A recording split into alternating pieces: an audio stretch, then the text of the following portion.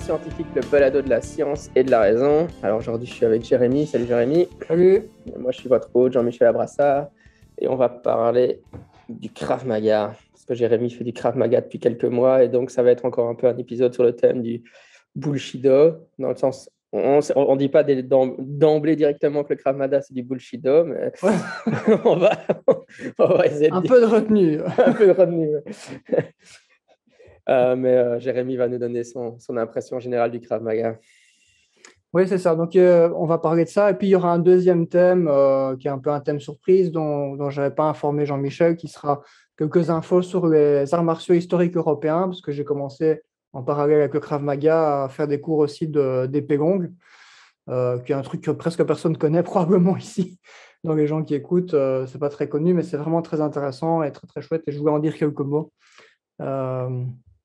Voilà, donc les arts martiaux historiques européens, ce sera. Après, il y a des liens entre les deux sujets, donc c'est pour ça aussi que je voulais en parler aujourd'hui.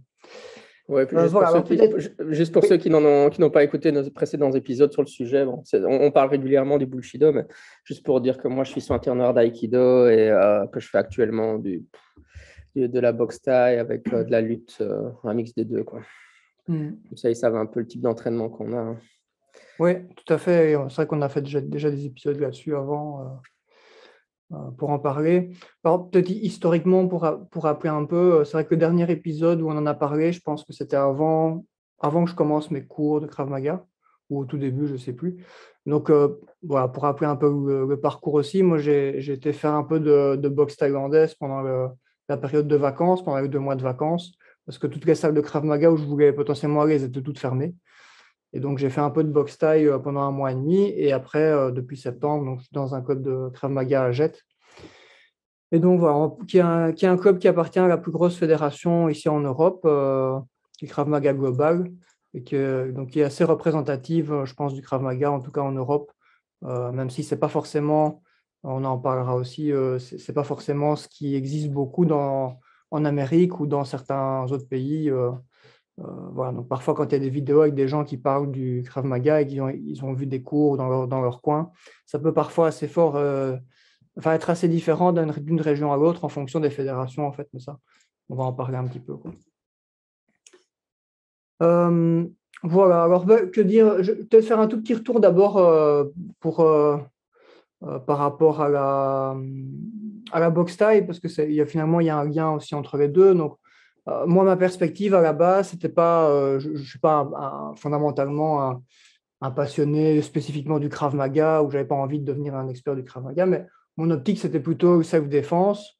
Et donc, dès le départ, moi, j'étais un peu dans une optique de mixer plusieurs choses et pas de faire pendant 20 ans une approche spécifique. Ça ne m'intéressait pas particulièrement.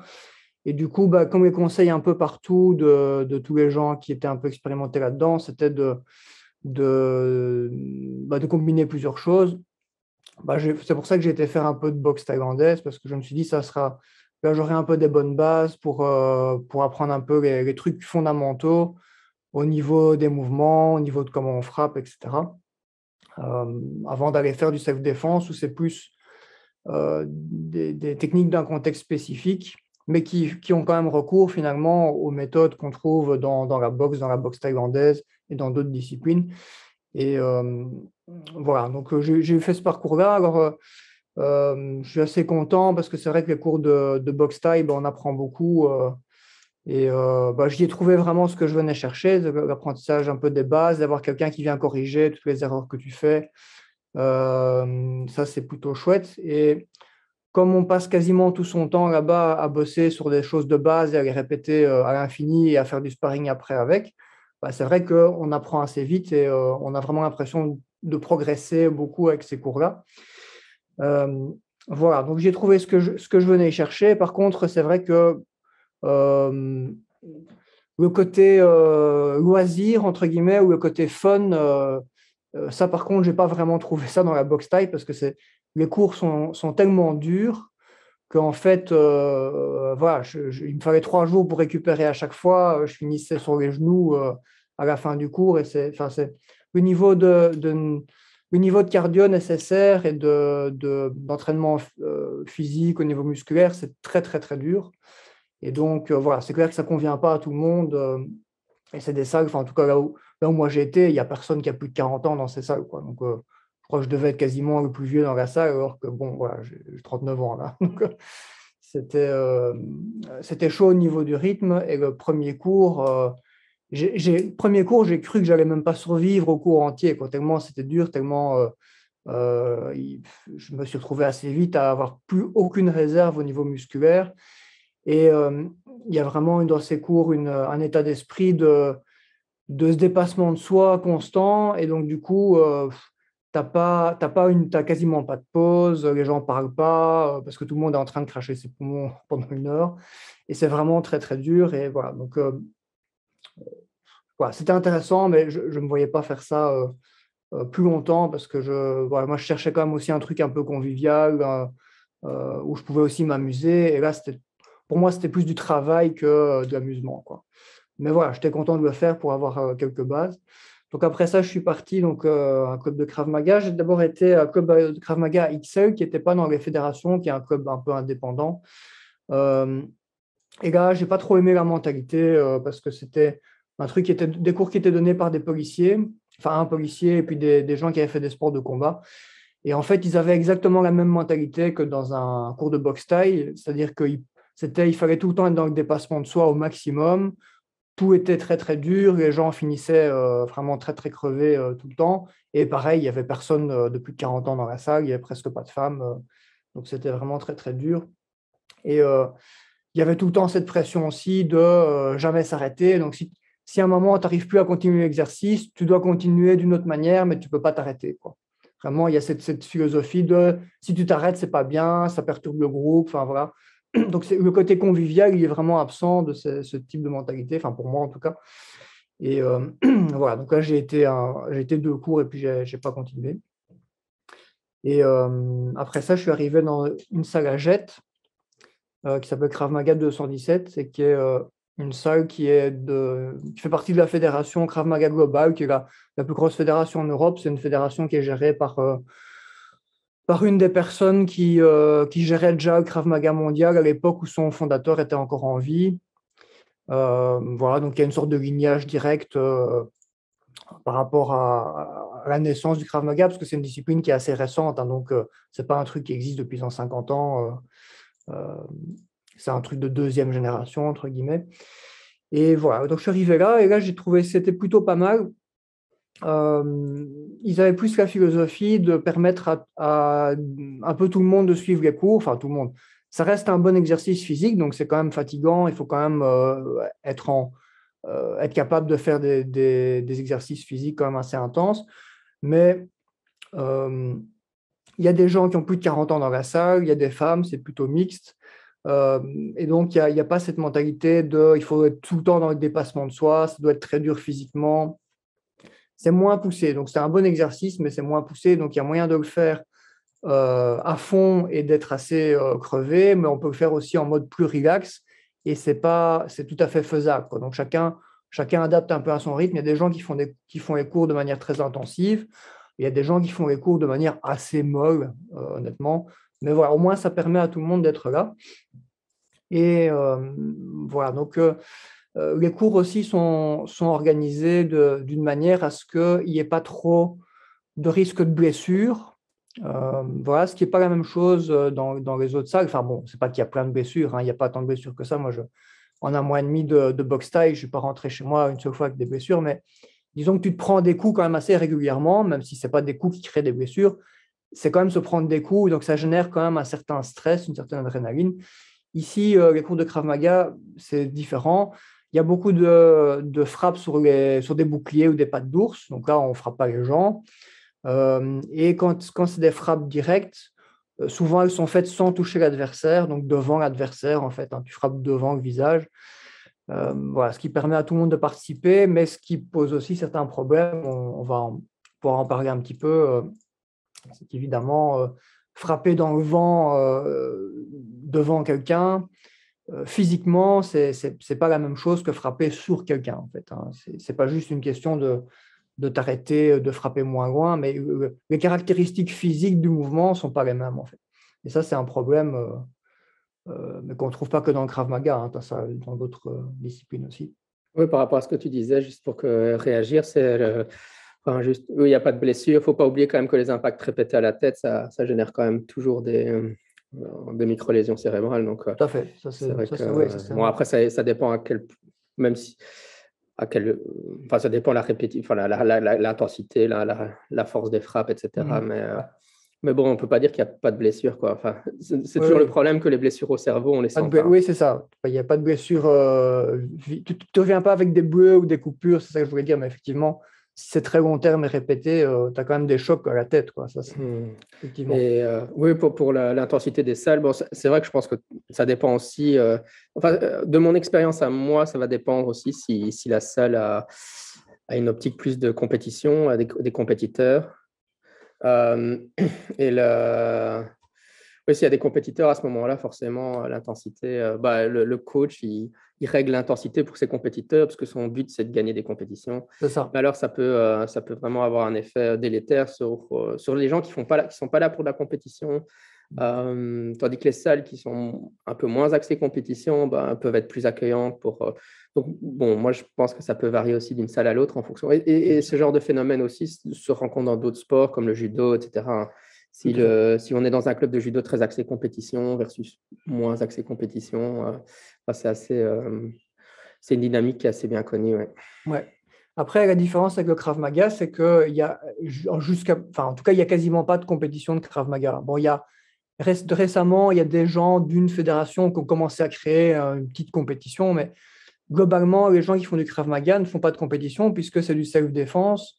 Donc, ils ne vont pas sur un ring, ils ne vont pas faire des rounds face à quelqu'un. Donc, en soi, la dynamique est quand même un petit peu différente par rapport à ça, je trouve. Mais bon, c'est vrai que, comme tu dis, ça varie d'une salle à l'autre en fonction de la mentalité des gens et d'où ils viennent, quel est leur parcours. Clairement, la première salle où j'ai été, c'est tous des gens qui avaient fait des sports de combat et ils avaient cette mentalité il faut être capable de faire presque du ring et de monter sur un ring, même si tu veux faire du self-défense, quoi. Ce qui, voilà, moi, me paraissait un peu particulier quand même, un petit peu radical, mais voilà. C'est clair que si, pour des gens qui veulent apprendre du self-défense pour un contexte, on va dire entre guillemets professionnel, hein, par exemple, si tu es agent de sécurité, sorteur, policier, etc., clairement, moi, je conseillerais sans aucun doute d'aller dans une salle comme ça où il y a un côté plus sport de combat qui est mis en avant et où l'intensité est plus élevée, où les coups sont plus portés.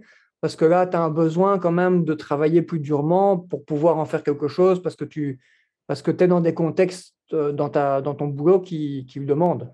Mais après, pour quelqu'un qui n'est pas dans ce contexte-là et qui, pour la plus grande probabilité, ne fera jamais usage de ces techniques, ne serait-ce qu'une fois dans sa vie, comme la plupart des gens, là, je trouve que c'est plus difficile à justifier de pousser vraiment les gens très, très fort parce que ça fait fuir à ce moment-là plein de personnes qui pourraient en bénéficier et qui ne vont peut-être pas être des grands athlètes, mais qui pourraient quand même bénéficier de cet apprentissage.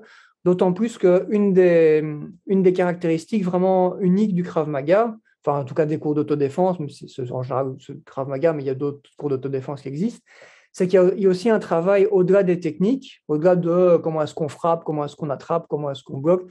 Il y a un travail sur le reste qui n'est pas du combat, c'est-à-dire comment est-ce qu'on regarde l'environnement, comment est-ce qu'on évite de se mettre en danger, comment est-ce qu'on lit les réactions de l'autre pour savoir quand est-ce qu'il va devenir un danger ou pas, à quelle distance on peut fuir ou à quelle distance on ne pourra pas fuir si on se fait attaquer, comment est-ce qu'on désamorce un conflit. Enfin, tout ça, c'est aussi des trucs qui sont abordés. Et ça concerne tout le monde parce que, voilà, c'est vraiment des choses qui peuvent être utiles à tout le monde, pas forcément parce que toi, tu vas devoir te défendre, mais aussi à certains moments, si toi, tu veux défendre quelqu'un d'autre qui se fait agresser. Euh, voilà, donc là, je trouve qu'il y a vraiment un bénéfice à permettre à un public plus large d'assister à ces cours, même si les gens ne sont pas capables de suivre un rythme d'athlète vraiment très, très dur et qui viennent pour un truc convivial, que leur pratique est un peu molle, etc. Ils apprennent quand même quelque chose. Et comme souvent, on peut éviter la plupart des combats quand même en self-défense, ça leur sert quand même parce qu'en fait, ils ne vont pas avoir besoin de faire 5 minutes de combat dans la rue contre quelqu'un, ça ne leur arrivera probablement jamais. Donc voilà, je trouve qu'il y a un entre-deux et souvent on est un peu dans les extrêmes. soit c'est très très dur, soit c'est plutôt mou, il n'y a pas de sparring, et ça c'est un peu dommage. Et voilà, donc pour revenir un peu sur ce qu'on fait dans la salle où moi je suis. Une seconde, parce que je vais quand même réagir. Oui, vas-y. Ouais. De toute façon, ça ne nous arrivera jamais. Enfin, ça leur arrivera probablement jamais. Bon, ça dépend évidemment dans quel milieu on vit, etc., Oui. l'environnement où on est.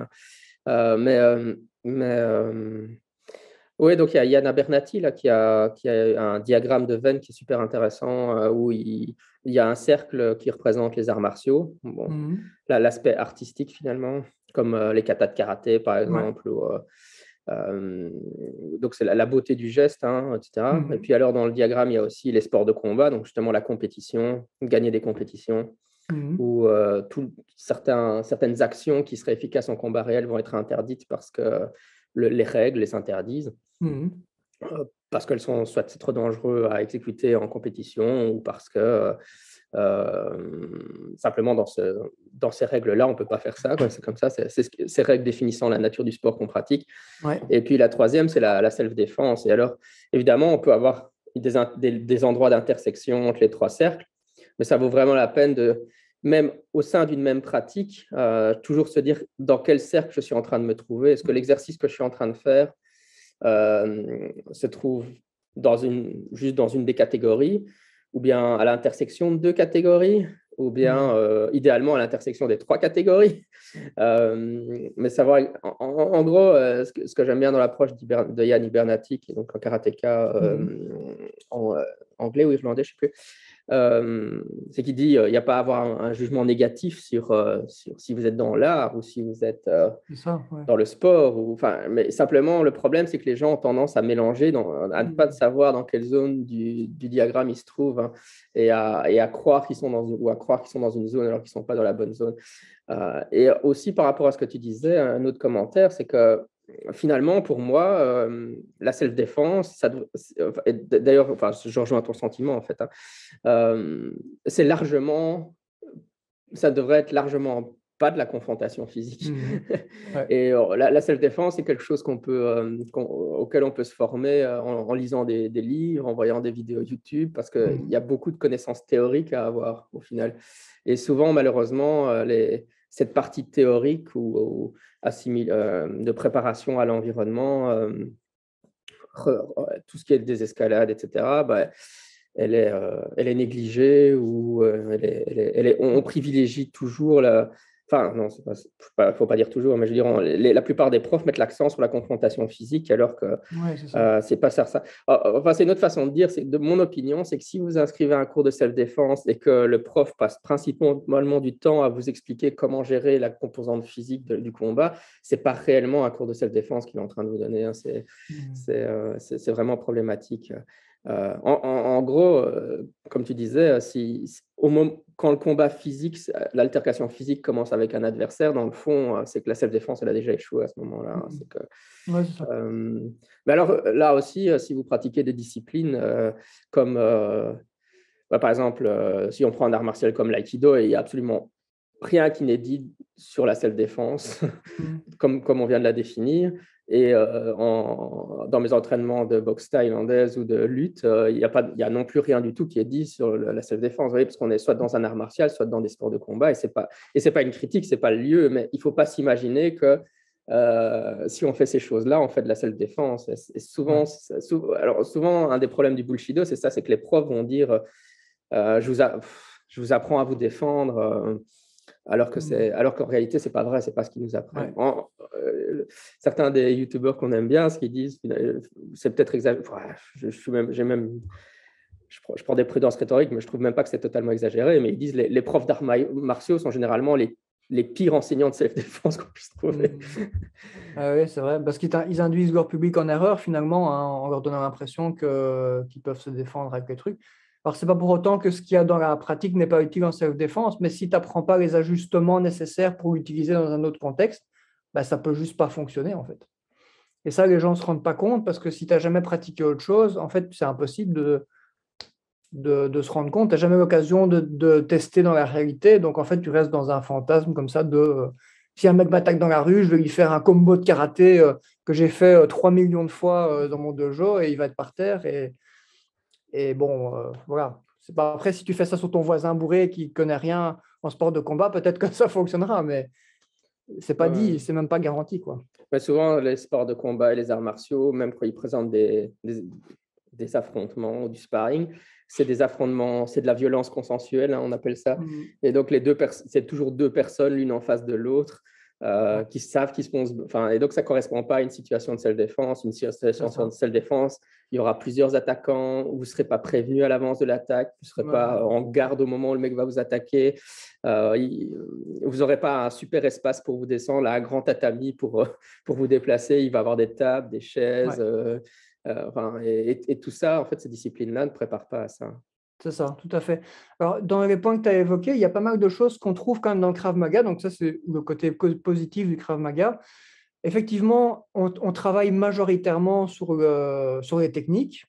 Il y a pas, ça manque un peu du côté parfois purement psychologie du combat. Mais là, je pense que c'est parce que les profs sont simplement pas compétents pour le donner et que, bon, voilà, ils y connaissent rien. C'est pas leur discipline. Mais il y a toujours quand même, souvent dans les exercices, il y a toujours une pensée sur, OK, qu'est-ce qu'on fait après, quoi? Qu'est-ce qu'on fait après? Qu'est-ce qu'on fait avant? Dans quelle situation on est? Et il y a toujours l'idée après, une fois qu'on a fait quelque chose, il faut pouvoir partir. Donc, l'idée des techniques ou des attaques qu'on fait, c'est toujours de pouvoir partir après. Et ça, c'est vraiment très présent. Et il y a plein d'enchaînements où on doit physiquement, dans l'exercice, partir vers la sortie après les techniques. Et il y a plein de mises en situation aussi qui sont faites. Par exemple, pour le travail sur les couteaux, puisque le Krav Maga met vraiment très fort l'accent sur la défense contre les armes, principalement avec des couteaux ou des bâtons. Les défenses au couteau, il y a plein de mises en situation qu'on fait dans les exercices.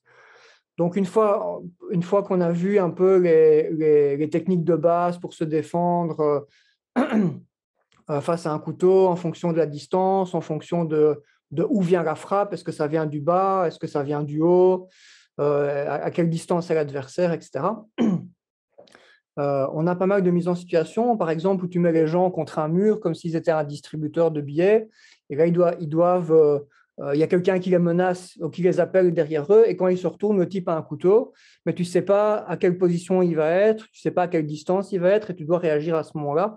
Il y a plein de mises en situation comme ça qui visent à mettre en pratique tous les types de distances et tous les types de direction de frappe, de hauteur de frappe avec les couteaux, et aussi parfois avec plusieurs adversaires.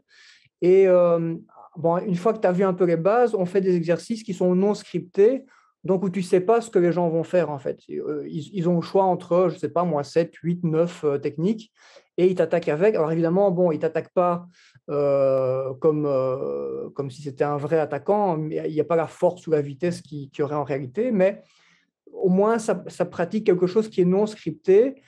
Et tu dois mettre en pratique la défense adéquate en fonction de ce que les autres font. Et ça, c'est plutôt bien, quoi.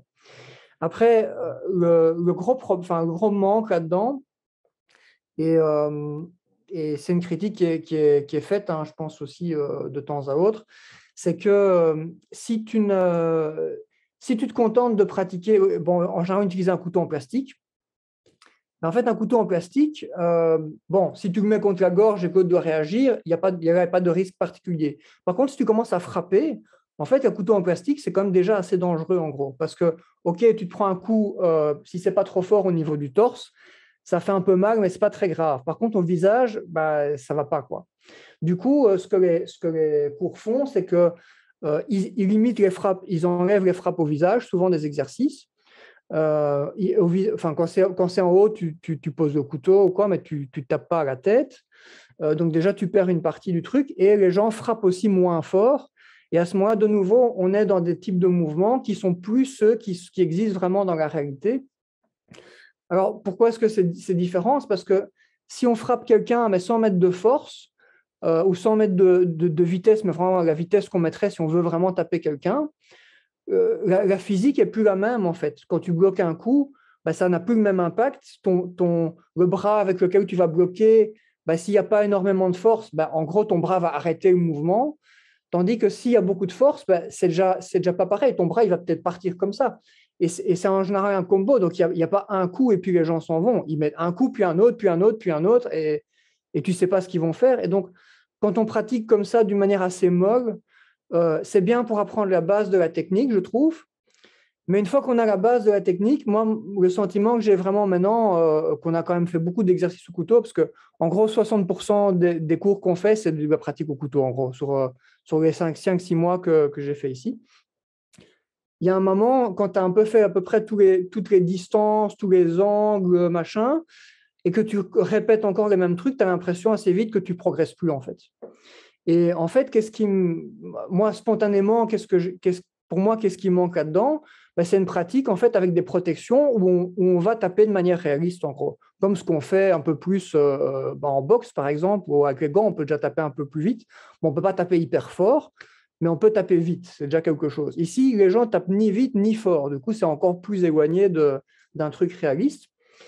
Et ça, je pense que c'est problématique. Et parce que quand tu vois des vidéos où il y a des gens qui font des tests de défense au couteau avec de l'équipement, ben là, tu as un truc qui ressemble à quelque chose. Là, tu peux vraiment y mettre la force et la vitesse et tu vois qu'est-ce que les gens arrivent à faire en étant très expérimentés. Tu vois combien de coups ils arrivent à bloquer, combien de coups ils n'arrivent pas à bloquer. Et tu vois une vraie défense au couteau réaliste. Et ça, nous, on ne fait pas ça. Parce que pour faire ça, il faudrait un énorme matériel. Et la plupart des salles, en fait, n'ont pas ce matériel. Ils ont juste des trucs de base. Et donc, en fait, ils diluent la pratique pour pas blesser les gens, quoi. Et ça, c'est vraiment un gros problème, je trouve. Oui, donc tu parlais de s'enfuir, peut-être rappeler, je crois qu'on en avait parlé dans le dernier podcast, hein, souvent les gens disent ouais, en cas d'agression, je vais juste m'enfuir, comme si. Or, en fait, s'enfuir, c'est vachement dur, hein. Il faut imaginer réellement que vous soyez agressé par quelqu'un qui veut vous faire du mal physiquement.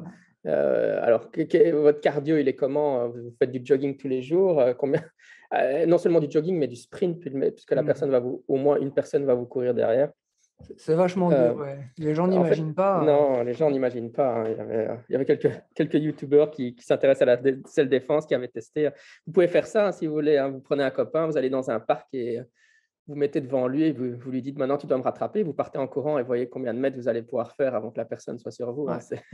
Et alors à ce moment-là, comme on dit toujours, vous allez quand même devoir vous battre, mais vous serez fatigué d'avoir sprinté à fond à ce moment-là. Ouais, c'est ça. Il y a ça. Et puis il y a aussi le fait que en général, quand tu as quelqu'un qui te menace avec un couteau et que tu le vois, ça veut dire qu'a priori, tu es tourné vers lui. Donc, pour courir, il faut aussi se retourner parce que tu ne cours pas vers l'adversaire. Donc, le temps de se retourner, ça prend déjà beaucoup de temps, en fait. Et ça, nous, on a fait des exercices là-dessus. Et tu vois, si tu as un mec à 2 mètres de toi, pour t'en courir, ce n'est pas facile, hein, franchement, non, sans te faire poignarder dans le dos. Oui, c'est ça. En plus, tu tournes le dos à quelqu'un qui a une arme. Voilà. Les gens ne se rendent pas compte, hein. Voilà, c'est ça. Et ça, pour le coup, pour ça, le Krav Maga, ça marche bien parce que des exercices comme ça, tu en as plein et ils te permettent vraiment de réaliser ce qui est possible et pas possible. Et ça, c'est vraiment très, très bien. Et un truc que ça m'a vraiment apporté, moi, c'est que le fait d'avoir fait d'avoir fait Krav Maga, mais aussi un peu de boxe et d'avoir fait un peu de sparring. Bon, les gens ne savent pas peut-être, mais on a fait quelquefois du sparring tous les deux aussi, plus kickboxing ou un peu de lutte. Ben, ça donne une impression de ce qui est possible ou ce qui n'est pas possible, en fait, et de un peu la réalité des choses. Et du coup, moi, ça m'a donné beaucoup plus de respect pour le danger que j'en avais avant. Quand j'étais plus jeune, j'ai plusieurs fois failli être dans des bagarres. J'ai eu la chance que ça n'a jamais dérivé jusque-là, mais des situations où je me mettais un peu en danger, en fait. Pas que j'allais agresser les gens, hein, c'est pas ça, mais où je me mettais en danger. Et quand tu ne sais pas ce qui est possible ou pas, tu ne sais pas non plus comment te positionner, tu ne sais pas quand partir, quand rester, tu ne sais pas ce que tu peux te permettre de faire ou pas. Et donc, en fait, tu fais un peu n'importe quoi, ou tu frises et tu fais rien, ou tu t'enfuis directement alors que c'est dangereux, ou tu réponds aux gens de travers parce que tu es en colère et que tu ne sais pas te contrôler. Enfin, il y a plein de réactions possibles qui ne sont pas bonnes. Et le fait d'avoir pratiqué un peu tout ça, d'un côté, maintenant, je me dis que si quelqu'un qui n'a aucune formation en sport de combat dans la rue essaie de me taper et que je suis prêt, j'aurai une bien meilleure chance de réagir qu'avant et une bonne chance de pouvoir me défendre. Autant j'ai beaucoup moins envie qu'avant de le faire et en voyant un peu tous les dangers qu'il y a et aussi toutes les choses que tu ne peux pas contrôler parce que, en fait, de nouveau, quand tu fais un peu de sparring, tu vois que les choses, elles ne se passent jamais comme ce que tu imagines, quoi. Ce n'est pas des enchaînements où tu fais 1, 2, 3, 4, parce que tu vas à un cours et on te dit ah oui, tu fais 2 coups de poing et puis un coup de pied dans les génitales et l'adversaire, il est par terre. Bah non. Peut-être que ça marche comme ça. Hein. Si le type il n'a pas bougé, il est resté comme ça, paralysé, bah oui, ça marchera. Mais en réalité, il y a plein de situations où ça ne se passe pas comme ça parce que les gens ils sont en train de bouger et ce n'est pas des statues, quoi. Et donc ça on ne se rend pas compte en fait quand on n'a pas fait du sparring, peu importe les disciplines, mais on ne se rend pas compte de ça. Et quand on expérimente un peu ça, on se rend compte que même si on a beaucoup pratiqué des techniques qui sont dans l'absolu efficaces, il y a plein d'imprévus et il y a plein de trucs qu'on ne contrôle pas et c'est dangereux en fait. Et même si tu as fait des années de boxe et tu as un type qui vient te taper dans la rue et qui n'est pas très bon, il va peut-être faire un mouvement totalement bizarre que tu n'as jamais vu et qui va faire que tu vas mal réagir et te prendre le coup quand même. Et ça, c'est une possibilité aussi. Donc, voilà, l'avantage du Krav Maga aussi, c'est que ça te donne une conscience du danger et du coup, tu as plutôt envie de l'éviter et pas de faire le malin parce que tu as fait des cours de boxe et que tu te dis, oh, c'est un type, c'est pas du tout comment frapper et qui vient m'emmerder, je vais me mettre KO en moins de 2. Peut-être que c'est le cas hein, pour certaines personnes, mais tu n'as pas envie d'essayer, quoi. Enfin, en tout cas, moi, c'est mon sentiment. Je ne sais pas si toi, tu partages un peu cette impression-là aussi. Mais...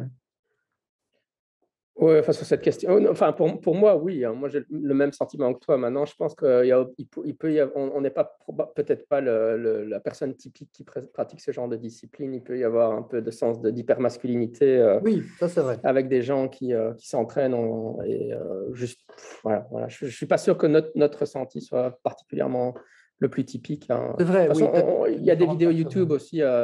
Par exemple, une ceinture noire aux États-Unis, une ceinture noire de BJJ avec un gars qui a une arme à feu devant lui et il décide de faire du jiu-jitsu avec lui et puis il s'est fait tirer dedans. Enfin, alors enfin, c'est quasiment trop de confiance. Enfin, voilà. Donc, enfin, voilà, je relativiserais le fait que ce ressenti est partagé par tout le monde. Quoi. Mais il y a des profils très variés. Mais par contre, je pense que le point le plus important que tu as abordé, c'est pour le Bullshido, c'est ça, c'est un red flag qu'il faut vraiment identifier en termes de self-défense pour la composante. Donc, on en a déjà fait un des red flags, c'est que le prof ne discuterait pas des étapes préliminaires d'avant l'affrontement physique, ça c'est un des problèmes.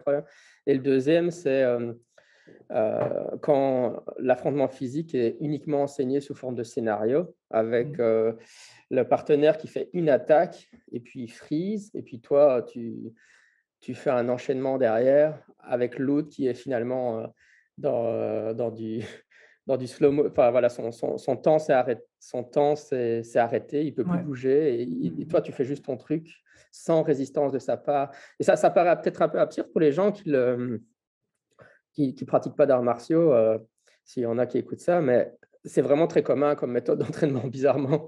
L'aïkido, c'est que ça, pratiquement. Enfin, c'est que ça. Hein. Donc, le partenaire fait une attaque et puis l'autre peut faire son truc après sans vraiment une résistance. Enfin, bon, les aikidoka disent qu'ils résistent, mais bon, il n'y a pas une résistance chaotique qui se met en place. Donc, et donc, ça, c'est vraiment... Ouais. Alors évidemment, ça donne une impression de surpuissance et ça donne l'impression que la technique fonctionne, mais forcément, si la personne en face est figée dans le temps, n'importe quelle technique fonctionnera dans le fond.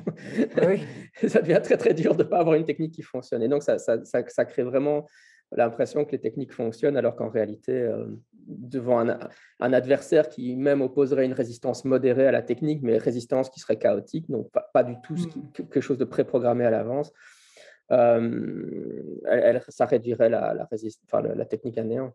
Et donc là, oui, apparemment, dans ton club de Krav Maga, parce qu'il y a des clubs de Krav Maga d'après YouTube, donc dans la vidéo de Rokas, là, rappelle le titre, je ne sais pas si on l'a pas encore mentionné. Il y a eu une vidéo tout récemment, en fait, d'un channel qui s'appelle Martial Arts Journey, qui est tenu par Rokas, qui est un ancien praticien d'aïkido et qui a un peu quitté l'aïkido parce qu'il s'est rendu compte que ce n'était pas très efficace. Et il a fait une vidéo tout récemment, le 16 février, qui s'appelle Was I Wrong About Krav Maga? Est-ce que j'avais tort sur Krav Maga? où il y a des gens qui lui ont envoyé plein de vidéos d'exemples de Krav Maga et ils discutent un peu des points positifs et négatifs du truc, en fait. On la mettra en lien dans les notes de l'épisode. Voilà, et donc là, il donne plein d'exemples de ce que je viens de décrire. Et c'est vrai que si vous n'êtes pas assez rodé, il faut que vous appreniez à repérer ce genre de technique quand le professeur présente ce genre de technique où il y a une attaque qui est exécutée et puis le temps s'arrête pour l'attaquant et puis le défenseur fait ce qu'il veut. Mais apparemment, toi, dans ton club de Krav Maga, c'est pas ce qui se passe, quoi. Pas non, alors en fait, nous, on fait des techniques comme ça, mais c'est une étape, tu vois. C'est-à-dire que quand on voit une nouvelle technique, on la fait d'abord d'une manière très basique. Et puis après, il y a des scénarios où tu dois défendre face à plusieurs techniques, où tu ne sais pas laquelle va sortir, où on rajoute différents assaillants, où on l'a fait avec quelqu'un qui a les yeux fermés et qui n'est pas en position de combat, et puis on lui donne un signal sonore et il doit ouvrir les yeux et directement réagir quand il se fait frapper. Donc il y a quand même une tentative de mettre ça en pratique d'une manière qui n'est pas scriptée, qui est plus réaliste, mais ça ne va pas jusqu'au sparring réel, quoi. Ça ne va pas jusqu'à quelque chose où on met des protections et on peut vraiment se taper. Mais donc, c'est mieux, mais ce n'est pas encore bien. Voilà. Oui, donc une autre manière de penser à ce problème-là, c'est de voir une échelle dans la de gradation dans les exercices. Donc, le premier niveau, c'est s'entraîner à faire le mouvement seul dans le vide, typiquement un kata en karaté, par exemple. Puis après, le deuxième niveau, c'est s'entraîner à faire le mouvement, mais avec un partenaire coopératif. Là, c'est le niveau de l'aïkido, par exemple. Et puis, après, le troisième niveau, c'est apprendre à faire le mouvement sur un partenaire qui résiste autant que faire se peut. Et donc, je veux dire, ça, c'est pas forcément problématique de faire les niveaux 1 et 2, pour autant qu'on ait aussi à un moment donné les niveaux 3. Après, on peut discuter, est-ce que par exemple le niveau 1 est vraiment utile, est-ce que c'est le meilleur usage de son temps, etc. Bon, on peut en débattre, mais l'important, c'est qu'il faut qu'il y ait un moment, il faut du niveau 3, sinon ça ne va pas. C'est ça. Sinon, tu ne mets jamais en pratique dans un contexte réaliste. Et pour prendre une analogie un peu à la con, c'est un peu comme si on apprenait à faire du tennis et que l'adversaire en face, la seule chose qu'il fait, c'est envoyer des balles prédéfinies ou des coups prédéfinis et il n'essaye pas de gagner, quoi. Ben, si votre seule pratique du tennis, c'est ça, ben, vous n'allez pas pouvoir être bon dans le tennis. Je pense que ça, tout le monde intuitivement comprendra facilement pourquoi. Ben, c'est la même chose avec les sports de combat ou les arts martiaux. Enfin, il n'y a pas de raison que ça soit différent. Voilà, donc c'est vrai que c'est un peu une bizarrerie quand on y pense de ne pas faire du sparring.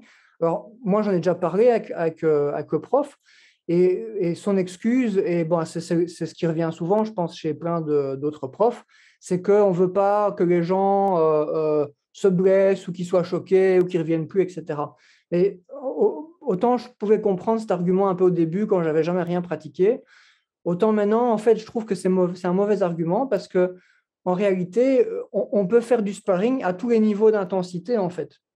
On peut faire du sparring très léger, un peu plus grand que la réalité, sans mettre beaucoup de force. Et puis, quand on est un peu habitué à aller un petit peu plus haut, on n'est pas obligé de se taper sur la gueule à 100% de force, quoi. Je veux dire, même dans les salles où il y a des gens qui font des matchs professionnels, souvent, leur sparring, ce n'est pas un sparring de haute intensité. Ils font aussi du sparring léger avec des partenaires qui ne mettent pas beaucoup de force et c'est très bien. Donc, il y a moyen, sans enlever totalement le sparring, de faire des sparring d'un niveau léger qui ne va pas faire que les gens repartent avec des blessures, sont choqués ou trouvent ça trop violent, quoi. Donc, voilà. Maintenant, je trouve que c'est vraiment une mauvaise excuse, en fait, cet argument-là, et que du coup, ça diminue vraiment la qualité de la pratique pour pas grand-chose, quoi. Je ne sais pas ce que tu en penses. Oui, bien sûr, bien sûr. Chez moi, dans mon club, la façon dont ça se passe, c'est qu'on différencie les compétiteurs des autres, par exemple. Alors, oui, les compétiteurs, surtout s'ils ont un match qui vient, à ce moment-là, forcément, l'intensité augmente. Et alors, on met des compétiteurs ensemble. Enfin, c'est ça les fameux training camps, les camps d'entraînement. Et là, forcément, forcément, c'était une compétition qui vient. Il faut qu'à un moment, tu te battes comme si tu étais pas forcément la semaine qui précède, parce que là, tu dois être en forme pour ton match. Mais je veux dire, moi, je ne suis pas un compétiteur, donc je n'ai pas besoin de m'entraîner. Je viens pour m'amuser. Donc, moi, j'ai déjà eu chez moi le prof de boxe thaï qui a fait des remarques à des gens qui allaient trop fort en disant voilà, ce n'est pas des compétiteurs, tu n'as pas besoin de taper comme un bœuf. Donc, voilà, le prof peut gérer ça. c'est En ça. fonction du public, hein, mais ça n'empêche pas enfin, voilà, on peut faire du Ouais. sparring quand même. Hein, C'est ça. Donc il faudrait que la salle, en fait, gère différents niveaux d'intensité en fonction de ce que les gens cherchent, plutôt que de mettre soit des trucs super brutaux ou alors rien du tout, quoi. Parce que sinon, bah, tu passes à côté du truc, il y a rien à faire, c'est vraiment, assez clair. Et voilà et aussi, bah, pour Honnêtement, moi, quand j'entends ça de la part d'un prof, mmh, si je peux être totalement honnête, ouais. moi ce que j'entends, c'est: «J'ai peur de me faire humilier en sparring par mes élèves», hein. Ça, je suis désolé, mais Ouais, bah, oui, oui, je pense que c'est évidemment, par exemple, les profs dans ma salle, ils vont jamais faire ça parce qu'ils ouais, sont super forts et ils peuvent c'est ça. ils ont clairement le niveau pour, bon, évidemment, il y a des compétiteurs qui sont pratiquement aussi forts que le Mmh, prof, comme ça, mais et puis le coach peut être plus âgé, et cetera. Mais ça, ouais, on comprend bien qu'un coach plus âgé va pas avoir le même niveau qu'un compétiteur de c'est 20 ans, ça. Ouais. mais je veux dire, on voit bien que le coach peut gérer du sparring et qu'il a le niveau, mais Mmh. un prof qui n'a jamais fait ça, bah forcément, il peut avoir peur en se disant, si j'accepte de faire du sparring, les élèves vont se rendre compte enfin, je ne sais pas si c'est conscient même, mais en tout Ouais, cas, moi, c'est comme ça que je l'entends quand on me dit ce genre de truc, quand j'entends ce c'est genre de truc. ça, tout à fait. Alors peut-être pour te donner encore une info par rapport aux critiques dans la vidéo de Rocasse, parce que il y a 2 critiques que j'ai vues plusieurs fois, pas que dans sa vidéo, mais qu'on voit parfois, quand les gens reprennent des extraits de Krav Maga sur YouTube. 2 critiques que je trouve pas très bonnes, en fait. Une première critique, c'est, on la retrouve, à peu près, ouais, à 2-3 minutes de sa vidéo. Il prend un exemple, d'une chaîne de Krav Maga qu'on voit souvent apparaître dans les suggestions. Si on regarde des vidéos de Krav Maga, ça a l'air assez connu. Et où les gens, de nouveau, ils tapent toujours dans le vide, ils font des combos hyper complexes au couteau. Donc, genre, tu as un type qui tape au couteau, puis ils font une clé de bras, puis une projection, puis un truc, enfin, des trucs complètement irréalistes que tu te dis, mais ils n'arriveront jamais à placer ça si on les tape dans la rue, c'est impossible.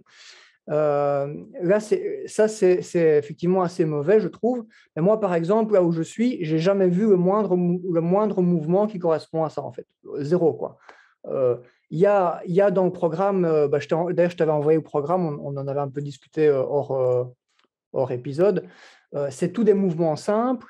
Il y a quelques clés, des trucs comme ça, mais c'est dans les niveaux vraiment très avancés et c'est pas du tout important dans la pratique. C'est vraiment très limité. Tout ce qu'on fait par rapport au couteau, c'est des mouvements très simples pour lesquels il ne faut pas réfléchir et qui sont simplement des mouvements qui visent à bloquer ou déplacer le couteau pour pouvoir frapper et partir. C'est toujours vraiment très basique. Et on ne fait pas des combos comme ça de 3-4 étapes qui sont typiquement le genre de truc que tu ne sais jamais placer en réalité. Donc ça, c'est une bonne critique. Mais je pense que voilà, il faut pas penser que ça représente tout Krav Maga non plus. Parce que voilà, ici à Krav Maga Global, il n'y a quasiment rien de ce genre de technique dans le programme, quoi. Donc voilà, il faut voir un peu aussi d'où viennent ces gens, qu'est-ce qu'ils font, à quelle fédération ils appartiennent. Enfin, les gens qui étaient avec le fondateur du Krav Maga, il y a des différences entre les fédérations, mais il y a quand même une philosophie générale qui est que ça doit toujours être des mouvements simples et intuitifs que tu es capable de faire, même si tu n'es pas un combattant expérimenté de sport de combat, quoi. Et donc, certainement pas des clés de bras après une parade au couteau et puis un truc. Enfin, ce genre de truc, c'est vraiment contraire à la logique qu'avait le fondateur de la discipline. Donc voilà, comme le Krav Maga est devenu une étiquette marketing très populaire, il y a plein de gens qui font du Krav Maga, mais qui ont parfois pas grand-chose à voir entre eux. Et donc, voilà, si ça intéresse quelqu'un, moi je propose d'aller, en tout cas dans les fédérations qui se raccrochent vraiment au lignage du Krav Maga original, qui n'est pas dur à trouver, puisque voilà, Krav Maga, c'est un truc de deuxième génération. Donc, le fondateur, il est mort il y a, je ne sais pas quand, il y a un certain nombre d'années, mais il n'est pas mort il y a très longtemps. Donc, voilà, c'est très jeune comme pratique. C'est toujours un problème de contrôle de qualité dans les fédérations, mais ça, c'est un C'est problème ça. classique dans toutes les disciplines, Ouais, hein. c'est Ouais, ça. là aussi, ce qu'il faut, c'est que enfin, bon, quand vous n'allez pas vous inscrire dans un club ou un dojo comme ça, en prenant le premier club ou le premier dojo qui vient, vous allez dans 10 dojos différents et vous comparez, et puis vous regardez celui qui vous semble le meilleur, hein, mais faut pas hésiter à... Enfin, Ouais. je sais bien, c'est un conseil qu'on donne toujours, évidemment, pour les gens qui n'ont jamais fait d'arts martiaux, ça peut être un peu délicat pour eux de pouvoir évaluer la pertinence de ce qu'ils voient, Mhm. mais bon, ils peuvent quand même se faire une idée de, de, en voyant ce que les gens, voilà, comme à quoi ressemble un entraînement dans chaque dojo. De toute façon, normalement, un club ou un dojo propose toujours une séance d'entraînement gratuite. Oui, c'est Donc, ça. C'est partout. vous faites une séance dans 10 clubs différents et puis vous prenez le meilleur. Hein. Mm. Mais ouais, non, mais ton truc là, c'était. Ouais, tu avais encore couvert un point super important. Ah oui, c'était ça, la complexité des mouvements. Oui, donc ça, c'est parce que l'idée, c'est que si tu as des mouvements complexes, psychomotriques, enfin, qui demandent une psychomotricité fine, avec le stress d'un combat réel, tout ça va passer par va être perdu. Hein. Donc, Ouais. il faut absolument garder les mouvements les plus simples possibles. Même, c'est lié au freeze. Hein. De toute façon, on en avait parlé dans les. Il y a eu des études chez les militaires hein, que les militaires, on leur apprend à se battre et puis lors je ne sais plus combien de mémoire, 3 ou 4 premiers combats, ils n'utilisent rien de leur entraînement. Enfin, parce qu'avec le stress, être capable de mobiliser l'entraînement que tu as reçu. Donc, Ouais. et en plus, voilà, tu ne vas pas faire des mouvements complexes d'un point de vue psychomoteur alors que tu es en état avec État de stress. un état de stress intense. Ouais. Donc là aussi, hein, ça c'est une critique. Tous les mouvements d'aïkido, par exemple, demandent une psychomotricité fine à réaliser. Donc, en situation réelle, ça passe à la trappe. Donc, il faut vraiment des mouvements très basiques. Hein. Ouais. Ouais, c'est pour ça qu'on disait, tu disais au début, finalement, la boxe, voilà, si on veut pouvoir se débrouiller au départ, faire un peu de boxe, c'est une discipline où on peut avoir quelques mouvements à réaliser. Et on n'entraîne que ces mouvements-là, donc de toute façon, bon, évidemment, après, quand on affronte un autre boxeur, ça peut aller très loin dans l'habileté des combattants, comme on peut le voir dans les boxeurs de haut niveau, mais face à une agression chez quelqu'un qui ne sait pas, enfin voilà, ça peut donner déjà quelques bons mouvements de base qui ne demandent pas une psychomotricité fine si la personne en face n'est pas un champion olympique, en tout cas. C'est ça, c'est ça. Il faut que ça reste basique. Et il y a quand même une philosophie derrière le Krav Maga qui est que le but, c'est de pouvoir se défendre face à des gens qui ne sont pas censés être des combattants, quoi. Parce que le Krav Maga, ça ne forme pas des combattants. Ça donne des compétences de self-défense à des gens qui sont un peu tout le monde. Et l'idée, ce n'est pas qu'on va, réussir à bien se défendre contre un type qui a fait 15 ans de MMA, quoi. Ce n'est pas ça le principe. Parce qu'on part du principe que le type qui fait 15 ans de MMA, il ne va pas t'attaquer dans la rue, quoi. Donc voilà, après, ça peut toujours arriver, mais à ce moment-là, bah, tu te fais juste démonter de toute façon, il n'y aura pas vraiment d'alternative. Mais voilà, l'idée, c'est de pouvoir se défendre dans des situations qu'on n'a pas réussi à désamorcer, qui vont être quoi? Qui vont être un voisin bourré ou agressif, qui vont être un type dans un bar qui a un peu bu ou qui a pris de la drogue, des gens qui veulent te voler ton portefeuille à une station de métro, un truc comme ça, qui ne sont pas des combattants eux-mêmes. Alors, là-dedans, tu peux avoir des gens qui viennent juste te menacer et qui n'ont aucune notion de combat, comme tu peux avoir des gens qui ont déjà pris part à des bagarres, mais qui n'ont pas de notion de combat non plus, mais qui ont quand même une idée de ce qu'ils vont faire pour te taper, quoi. Mais l'idée, c'est que le Krav Maga, ça permet de répondre, en tout cas avec une probabilité de réussite suffisante à ce genre de personnes, pas un boxeur professionnel, évidemment, quoi. C'est juste que finalement, le problème, c'est que un combat, il y a tellement de variables que c'est un domaine d'apprentissage sans fin. Ouais. Il n'y a pas vraiment de moment où tu peux dire j'aurais maîtrisé tous les aspects possibles que je peux Non, c'est maîtriser. Et impossible. donc il y a toujours une marge de progrès. Hein. Moi, ça fait quoi? Ça fait 30 ans que je fais des arts martiaux et j'apprends des nouvelles choses tous les jours. Hein. C'est pas, euh, la complexité des variables et ce que tu peux apprendre pour te défendre est tellement vaste. Mais donc, oui, j'imagine, si tu es prof de Krav Maga, il faut que forcément. En fait, ce n'est pas un choix du Krav Maga, c'est parce qu'ils n'ont pas le choix. C'est la seule chose à faire. Ils essaient de donner une sorte de. Le programme que tu m'avais envoyé, c'était une sorte de socle, de basique de compétences. Ils ont réfléchi, ils ont dit bon, qu'est-ce que doit pouvoir faire quelqu'un au minimum pour savoir avoir une chance de s'en sortir dans une situation? Et ils ont essayé d'établir ça, un socle basique de compétences, mais évidemment, c'est que de la base. C'est ça. Pour C'est vraiment ça aller. l'idée. D'où l'intérêt de faire du cross-training aussi et de faire un peu de boxe ou un peu de lutte ou un peu d'autres choses à côté. Et au plus tu en fais, au plus ça sera efficace et facile à mettre en pratique. Ouais, moi, je pense que c'est ça que j'ai comme opinion sur la self-défense. Moi, je pense que la self-défense, ce n'est pas suffisant en soi. Mais c'est un complément, quoi. De toute façon, j'avais fait carrément une vidéo sur l'importance du cross-training. Moi, je pense que pour les raisons qu'on a dit tout à l'heure, si vous faites des sports de combat, et encore plus si vous faites des arts martiaux, à ce moment-là, il est indispensable de faire de temps en temps un stage de self-défense, etc., juste pour qu'on vous parle des aspects théoriques de la self-défense et qu'on vous crée des mises en situation qui seront différentes de vous êtes dans un ring ou vous êtes sur un tatami et alors vous savez que votre adversaire est devant vous et vous êtes dans de la violence consensuelle. Oui, ça c'est vraiment utile parce qu'il y a quand même des adaptations. Parce que, par exemple, pour les frappes, je veux dire, dans le Krav Maga, il n'y a pas beaucoup de situations où tu frappes avec tes poings fermés, quoi. Parce que si tu frappes avec tes poings fermés, vous pouvez tester chez vous, frapper doucement sur votre mur. Vous allez voir que ça fait vite très mal de frapper sur un truc dur avec son poing. Et donc, en fait, si vous frappez toute votre force sur la mâchoire d'un type, OK, il sera probablement très mal après, mais votre main, elle sera très mal aussi, quoi. Donc, si au premier coup qu'on donne, on se pète déjà les os derrière les doigts ou le poignet, c'est pas terrible non plus, quoi.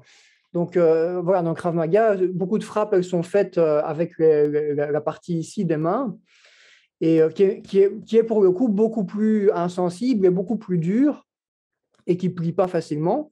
Et donc là, il y a une adaptation à faire. Évidemment, quelqu'un qui a déjà fait de la boxe arrive assez facilement à frapper comme ça, mais il faut quand même faire l'adaptation pour voir comment on change son mouvement pour ne pas se blesser, parce que quand on n'a pas de gants, on ne fera pas de la même manière, quoi. Et de nouveau, s'il y a plusieurs assaillants, si tu te pètes la main au premier coup que tu donnes, c'est pas, d'un point de vue self-défense, c'est pas fantastique non plus, quoi.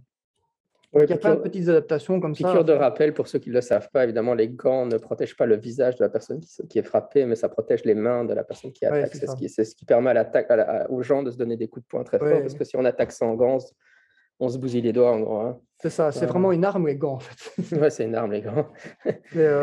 et oui, pour revenir un peu sur un des problèmes qui est le manque d'intensité, un exemple très simple de ça, c'est que au début des cours, moi je fais souvent à la maison encore un peu du travail de boxe avec des vidéos YouTube, et j'ai une espèce de balle là, sur un espèce de piquet qui pivote là. Enfin, je sais pas comment on appelle ça, mais tu vois ce que je veux dire, une balle de frappe pour la boxe, quoi. Oui, d'accord. Et c'est des balles qui sont assez dures, en fait. Alors avec les gants, on peut frapper là-dessus sans problème. Et en fait, après, je crois que c'était le deuxième ou troisième cours, je me suis dit, tiens, je vais faire un peu de frappe, et je faisais les frappes, mais comme au Krav Maga, mais du coup sur ma balle. Et en fait, on voit très très vite que quand tu fais ces frappes à très basse intensité, même si tu la fais pas bien, tu vas pas te faire mal, quoi. Par contre, en fait, dès que tu mets vraiment de la force dedans, ce qui va se passer, c'est que si tu fais pas la frappe exactement au bon endroit, qui est vraiment le bas de la main, si tu es trop haut, ce qui va se passer, c'est que le poignet, en fait, il plie et ça fait très très mal, et après ça casse. Et si tu es trop haut, tu n'as plus de force. Si tu es trop bas, tu glisses, tu passes à côté. Et ça, c'est des trucs, tu peux faire 1 million d'exercices au cours de Krav Maga, sur des pattes d'ours ou dans le vide. Tu n'as aucune conscience de ça, quoi. Donc voilà, je trouve que ça, c'est un bon exemple, parce que voilà, le jour où tu te retrouves face à quelqu'un et tu veux frapper et tu n'as jamais frappé sur un truc, c'est le genre de problème qui va apparaître, en fait. Donc là aussi, tu vas mal frapper. Du coup, tu vas te faire super mal ou tu vas te péter le poignet, tu ne vas même pas comprendre pourquoi. Et il y a plein de petits détails comme ça pour la plupart des techniques. Pareil pour les défenses au couteau. Bloquer l'avant-bras de quelqu'un avec ton poignet ou avec ton avant-bras, comme ça, quand c'est fait avec la force maximum, c'est pas rien, quoi. Je veux dire, alors nous, on fait ça tout mou et ça fait déjà un peu mal. D'ailleurs, il y a des gens qui viennent avec des protèges-poignets là, au Krav Maga. Moi, je fais pas ça parce que je trouve ça un peu ridicule, mais effectivement, si tu tapes très fort, tu as un os contre un os, hein, ça fait très mal. Et ça, on n'imagine pas. Donc, si tu fais ça en situation réelle et qu'après, il y a 3-4 autres coups qui viennent, tu es désorienté, en fait, parce que tu n'as pas le temps ton cerveau n'a pas le temps d'enregistrer ce qui se passe et qui est différent, et ça va te perturber. Et là aussi, c'est vraiment, voilà, si tu ne fais pas un peu de sparring avec l'intensité, c'est des choses que tu n'expérimentes pas, et donc ça, c'est vraiment un problème, quoi.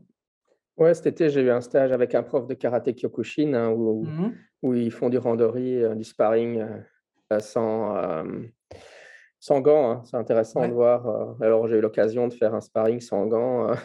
Bon, alors là, il n'y avait pas de frappe au visage. Bon, il m'a dit que dans les entraînements de Kyokushin, parfois, il s'entraînait quand même à frapper au visage. Hein, mais bon, ici, c'était juste comme je ne fais pas du Kyokushin d'habitude, les frappes autorisées, c'était au niveau du ventre. Mais c'est vrai que c'est assez. Rien que là, déjà, de frapper sans gants, on peut voir déjà la différence de sensation. Bon, maintenant. Les profs de Kyokushin me disent que chez leurs élèves, ils n'ont pas trop d'accidents de doigts cassés, de choses comme ça. Donc, apparemment, avec de l'entraînement approprié, tu peux apprendre à frapper sans trop de fractures. Mais, tu doses ta force aussi. Une fois que tu as vu quelle force tu pouvais mettre, tu sais un peu ce que tu peux faire. D'ailleurs, on le voit dans les combats de boxe sans gants, là. Hein. Je ne sais plus comment ça s'appelle, c'est un nom particulier, mais où ils ont juste des bandelettes autour des mains. Tu vois qu'ils ont peur de frapper, en fait. Et il y a beaucoup moins de combos. Ils essayent vraiment de frapper, de bien frapper, parce qu'il y a vraiment un risque de te casser la main, sinon. Et puis, ça change ce que tu dans peux les trucs faire. qui autorisent les coups de coude, alors à ce moment-là, c'est les coups de coude qui viennent, etc. Pour éviter ce genre de problème. Non, mais c'est clair. Un autre exemple aussi, c'est en jiu-jitsu brésilien. Il y a encore une vidéo récemment qui a émergé d'un combat, enfin d'une agression dans la rue. Et le gars s'est retrouvé à faire du jiu-jitsu brésilien. Il avait un certain niveau, visiblement.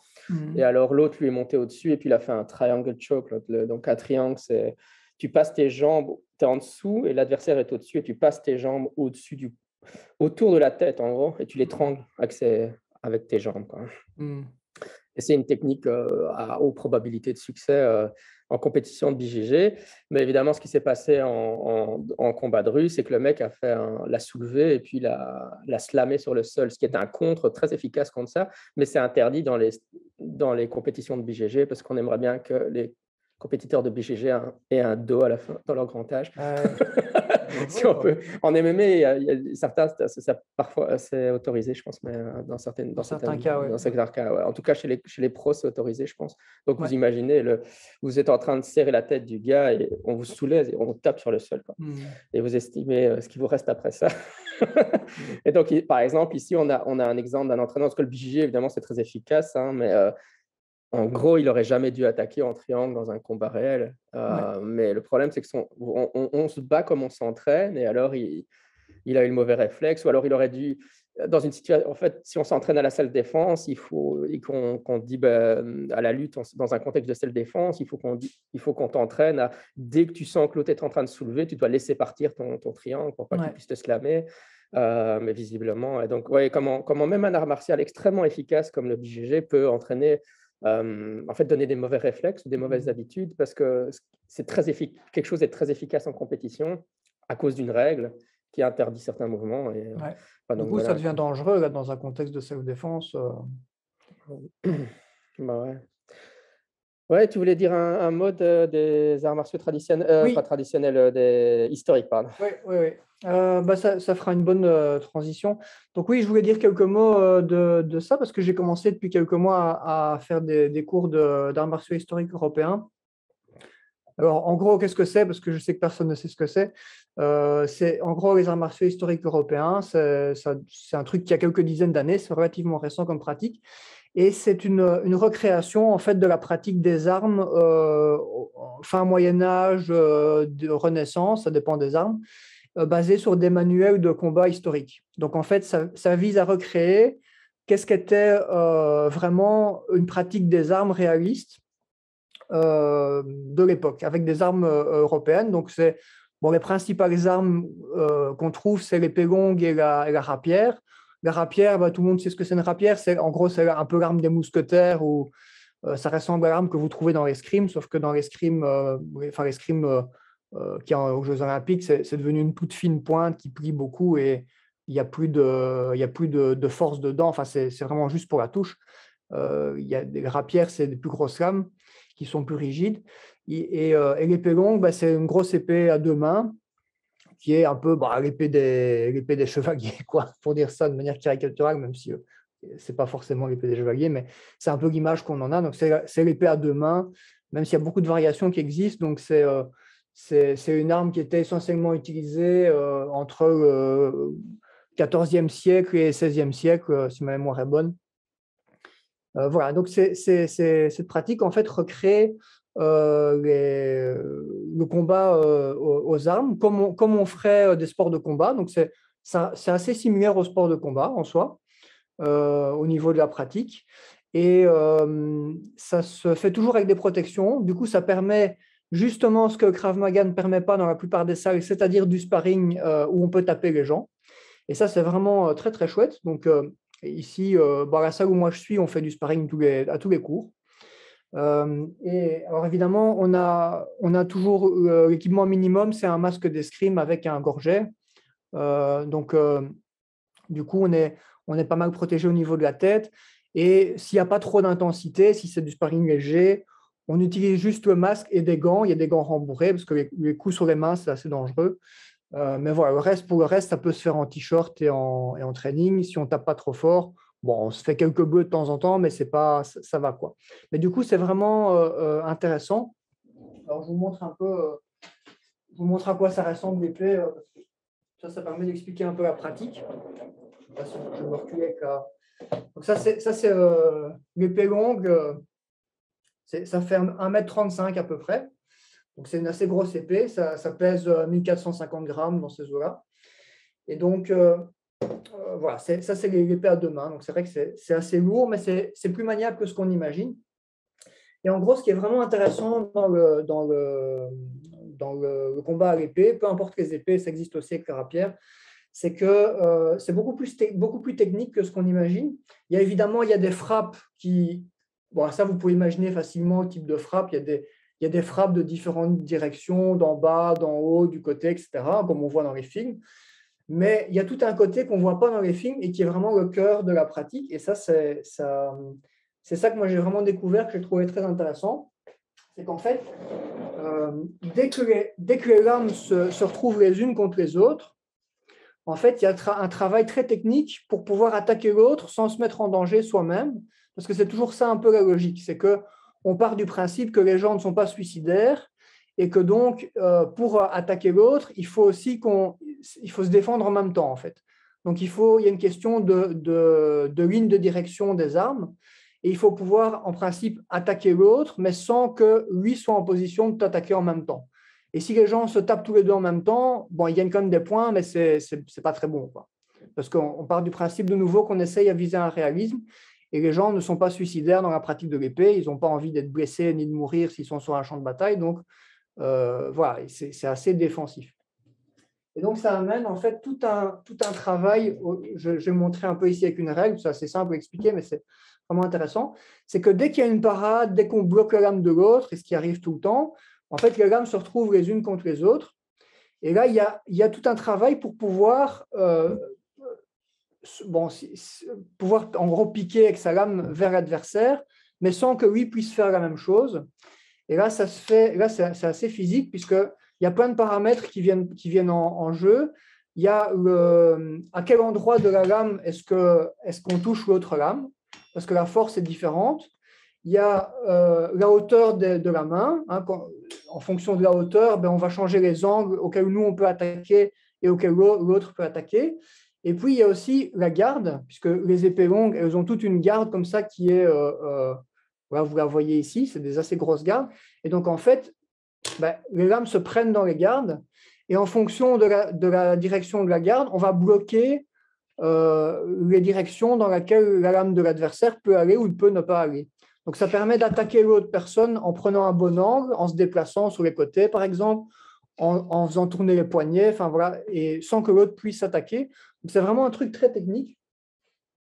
Et voilà, ce que j'aime bien et qu'on ne retrouve pas dans le Krav Maga, c'est que tout ce qu'on pratique, on le fait toujours avec un partenaire.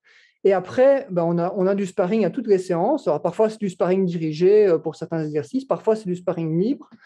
Mais dans le sparring, tu peux vraiment mettre en pratique toutes les techniques que tu vois. Et comme on les fait automatiquement avec des protections, tu peux y aller, quoi. Tu ne dois pas taper dans le vent, mais aller tout doucement. Les masques d'escrime, ça encaisse vraiment très bien. Donc, tu peux vraiment taper à la tête comme tu veux. Alors après, si on fait du sparring avec plus d'intensité, comme c'est vrai que c'est des armes très lourdes, il faut un peu augmenter les protections. Donc là, il y a des vestes rembourrées qu'on peut mettre en plus ou des gants qui sont plus épais. Mais voilà, déjà rien qu'avec des gants de base et le masque d'escrime, on peut déjà taper pas mal, comme un sparring de boxe, je dirais, de niveau de base, quoi.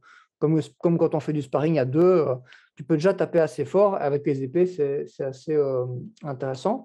Et il y a pas mal d'armes qui sont utilisées. Donc, il y a des cours de rapière, il y a des cours de dague aussi, donc et de dague et rapière. Ça, c'est aussi un truc assez populaire. Et la dague, du coup, ça ressemble assez fort à certains trucs qu'on a aussi dans les combats au couteau modernes, en fait, puisque il y a plein de techniques qui visent à parer les attaques de dague avec les avant-bras et à faire des mouvements comme ça circulaires pour parer, contre-attaquer, comme on trouve dans le Krav Maga, mais aussi dans le Kali ou Eskrima, les arts martiaux philippins. Tout ça ressemble assez fort à ce qu'on peut trouver aussi dans les techniques de combat de dague moyenâgeuses. Et comme il y a du sparring tout le temps, on peut tester ces techniques et voir ce qui fonctionne en temps réel avec un type qui résiste vraiment fort, quoi. Parce qu'on peut vraiment mettre sa force dans l'épée et y aller, quoi. On doit pas, avec les protections, tu peux y aller, quoi. Donc ça, c'est vraiment très intéressant parce que ça fait un filtre de réalisme qui est vraiment bien. Et en plus, c'est basé sur des manuels historiques de maîtres de combat de l'époque, où tu as des illustrations où ils expliquent les techniques, les différentes gardes, les différentes attaques, etc. Alors évidemment, c'est toujours une recréation parce que c'est des manuels qui datent de la Renaissance ou fin Moyen-Âge. On n'a pas des vidéos YouTube avec les experts de 1600 qui font du combat de longsword. Mais voilà, c'est vraiment basé sur des sources historiques. Il y a un autre truc que je trouve génial dans la pratique et qui fait que c'est vraiment hyper fun pour moi, en tout cas, c'est on n'en a pas encore parlé, mais ça inclut aussi une partie lutte, parce que historiquement, dans les combats d'épée, que ce soit à la rapière ou à l'épée longue, en fait, il y a toujours une partie lutte. C'est-à-dire qu'à partir du moment où vous arrivez au corps à corps, eh ben, vous pouvez faire à peu près ce que vous voulez. Vous pouvez lâcher une main et essayer de désarmer l'autre. Vous pouvez donner un coup de crosse dans la tête de l'autre. Il y a des techniques où vous pouvez saisir carrément le manche de votre épée pour taper comme ça. Enfin, il y a plein de techniques dans les manuels qui existent et en gros, au sparring, tu peux faire ce que tu veux tant que ça marche, quoi. Bon, ce qui est limité par ton équipement, évidemment. Du coup, nous, comme on est dans une salle où il n'y a pas de tatami, on ne fait pas les projections, mais en soi, dans les maths, tu as aussi une partie projection, donc tu peux aussi attraper les gens, les mettre au sol si tu veux. C'est valide, ça passe. Et donc, ça, c'est vraiment très, très chouette. Voilà. Alors à Bruxelles, il y a deux clubs différents. Donc moi, je suis dans celui qui est près de Tomberg, à Woluwe. Le club là est plutôt axé sport de combat, donc c'est vrai qu'on fait beaucoup de sparring et beaucoup de pratiques avec partenaires. Il y a des clubs où il y a un peu moins de sparring ou un peu plus de pratiques solo. Ça varie un petit peu, mais globalement, il y a toujours quand même une confrontation comme ça, la réalité, où tu mets en pratique tes techniques. Voilà, donc ça, c'est vraiment très, très, très, très intéressant. Et il y a différentes écoles. Bon, il y a la grosse école, c'est une école allemande, mais il y a une école italienne, une école espagnole aussi, et bon, qui ont tous le même socle de base, mais il y a des petites variations dans les distances. Par exemple, il y a des écoles qui se battent avec un peu plus de distance, d'autres qui foncent très très vite au corps à corps. Après un ou deux coups, ils sont directement en lutte au corps à corps. Ça varie un petit peu. Mais globalement, le socle commun est le même et tu peux aller regarder des vidéos d'une autre école et puis tester les méthodes en sparring. Tu peux ramener ce que tu veux dans le sparring tant que c'est un truc qui fonctionne. Et si ça ne fonctionne pas, tu le vois très vite parce que comme tu peux tester vraiment avec les protections, tes techniques, c'est vraiment voilà, assez réaliste et ça donne vraiment une impression de combat réel, quoi. Voilà, donc je voulais parler de ça parce que c'est très peu connu et c'est une pratique qui est vraiment très chouette. Moi, j'adore ces cours, je m'amuse vraiment bien avec ça. Et il y a aussi des clubs qui font des reconstitutions historiques. Donc, ils vont aussi dans les foires médiévales faire des combats plus pour le fun, pour faire du spectacle. Tous les clubs ne font pas ça. Donc, voilà, chez nous, on fait moins ça. Ils sont plus axés sur vraiment la technique de combat elle-même. Mais c'est vraiment une pratique intéressante. Et du coup, quand j'ai découvert ces cours, je me suis dit vraiment, mais c'est tellement con que dans les cours de Krav Maga, on n'utilise pas de protection comme ça, quoi, parce qu'en fait, il ne faut pas grand-chose. Tu mets un masque d'escrime et rien qu'avec un masque d'escrime, ça y est, les coups de couteau à la tête, tu peux faire ce que tu veux, il n'y a plus aucun risque de blessure. Tu rajoutes une simple veste un peu matelassée, pareil, tu peux taper au corps avec ton couteau en plastique, plus de risque de blessure non plus. Et le simple fait d'avoir ces équipements, tu peux faire quelque chose qui rend ta pratique radicalement plus efficace, où tu peux tester à chaque cours en temps réel, avec en mettant de la force, en mettant de la vitesse, tes techniques, et voir qu'est-ce que tu fais bien, qu'est-ce qui ne fonctionne pas, quelle est la différence entre quand tu pratiquais avec l'adversaire qui faisait juste ce que tu voulais qu'il fasse, et puis quand il ne se laisse pas faire, quelle est la différence? Qu'est-ce que tu arrives encore à placer comme technique et qu'est-ce qui devient très dur à placer? Voilà, et ça, c'est vraiment très, très chouette. Donc, si vous avez le moindre intérêt pour le combat à l'épée, n'hésitez pas à tester un jour les arts martiaux historiques européens. C'est vraiment très, très fun. Et voilà, je trouve que c'est une pratique très intéressante. Ok, cool. On voit ton enthousiasme. Donc, c'est une bonne recommandation. De toute façon, encore une fois, c'est du cross-training aussi, c'est bien. Ouais, c'est ça. Je pense qu'on a fait le tour de tout ce qu'on voulait dire aujourd'hui. Alors, on va prendre congé des auditeurs. À la prochaine fois, Jérémy. Ouais, à bientôt. Ciao, ciao. Ciao.